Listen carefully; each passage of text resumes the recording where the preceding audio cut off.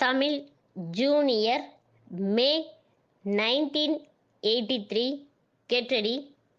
10 seconds. 5 seconds. Start. மாண்புமிகு தலைவர் அவர்களே, தமிழகத்தில் உள்ள உணவு நிலைமையை பற்றி அவையின் முன் வைக்கப்பட்டுள்ள அறிக்கையில் உணவு கையிருப்பு நிலை மிகவும் சிறப்பாக அமைந்திருக்கின்றது என்பது உண்மையிலேயே எனக்கு மகிழ்ச்சி அளிக்கிறது.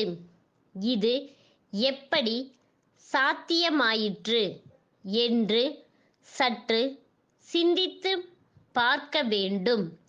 முன்பிருந்த அரசினுடைய சாதனையின் விளைவுதான் இது என்பதை நான் எடுத்து சொல்ல விரும்புகிறேன்.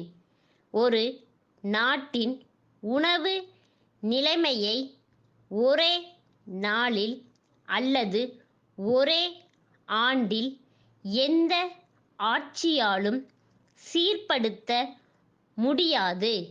நிலையான உற்பத்தியை பெருக்குகிற ஒரு நல்ல திட்டத்தை முன்பிருந்த ஆட்சி கடைப்பிடித்ததன் விளைவுதான் இந்த ஆண்டு உணவு நிலைமை மிக திருப்திகரமாக இருக்கிறது என்பதை நான் இந்த சமயத்தில் சுட்டிக்காட்ட ஆசைப்படுகிறேன்.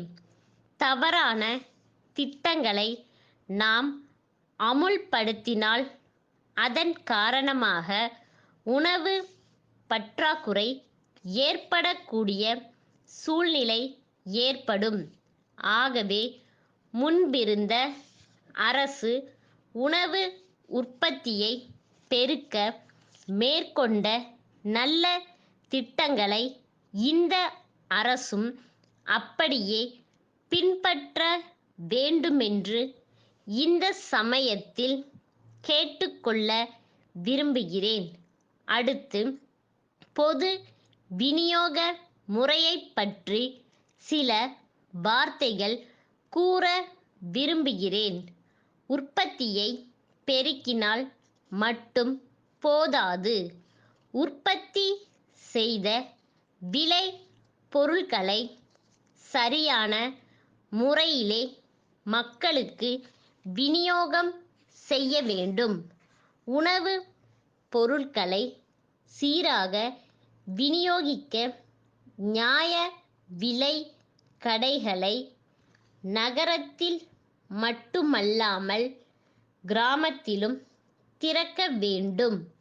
விவசாயிகள் உற்பத்தியில் கவனம் செலுத்த வேண்டுமென்றால் அவர்களுக்கு கட்டுப்படியாகக்கூடிய விலையை அரசு நிர்ணயம் செய்ய வேண்டும்.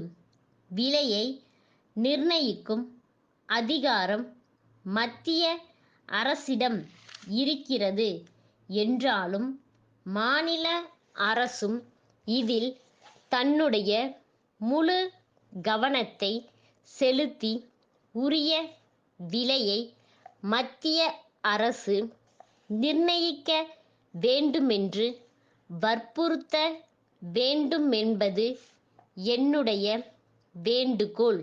இதை நன்குணர்ந்த முந்தைய அரசு விவசாயிகளுக்கு கட்டுப்படியாகக்கூடிய விலையை நிர்ணயம் செய்ய வேண்டுமென்று மத்திய அரசிடம் வாதாடி வந்தது. அதுபோல இந்த அரசும் வாதாட வேண்டுமென்று கேட்டு கொள்கிறேன். இந்த ஆண்டும் அப்படி செய்தால்தான் அடுத்த ஆண்டில் உணவு நிலைமை மிக திருப்திகரமாக இருக்கும். அப்படி செய்யாவிட்டால் விவசாயிகள் நெல் உற்பத்தி செய்யாமல் பண பயிர்களை உற்பத்தி செய்யும் நிலைக்கு ஆளாகலாம். அத்தகைய சூழ்நிலை ஏற்படுவதனை அரசு முன்கூட்டியே தடுக்க வேண்டும். மதுரை கீழமாசி வீதியிலுள்ள அருள் சகோதரர்கள் சென்னையிலுள்ள காமதேனு பல்பொருள் அங்காடி செயலாளருக்கு எழுதிய கடிதம். அன்புடையீர், தாங்கள் சென்ற வாரம் எழுதிய கடிதம் கிடைக்கப் பெற்றோம். எங்கள் தயாரிப்பு பொருள்களை விற்பனை செய்வதில் தாங்கள் காட்டும் ஆர்வம் எங்களுக்கு உற்சாகமளிக்கிறது. நாங்கள் புதிதாக தயாரிக்கவிருக்கும் குழந்தை உணவு பொருட்களின் விவரங்கள் அடங்கிய பட்டியலை இத்துடன் அனுப்பியுள்ளோம். எங்கள் புதிய தயாரிப்புகளுக்கான மூலப்பொருட்கள் கிடைப்பதில் தற்போது ஏற்பட்டுள்ள சிரமங்களை தாங்கள் அறிவீர்கள். ஆகவே அவற்றின் விற்பனை விலையை குறைப்பதிலும் விற்பனையாளருக்கு உரிய கழிவு விகிதம் எவ்வளவு என்பதை தீர்மானிப்பதிலும் கொஞ்சம் தாமதம் ஏற்பட்டுள்ளது.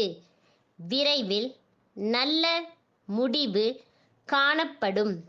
இது குறித்து 2 மாதங்களில் தங்களுக்கு விளக்கமாக கடிதம் எழுதுகிறோம். தங்களுடைய ஆதரவை என்றும் நாடும். தங்கள் உண்மையுள்ள ஸ்டாப்.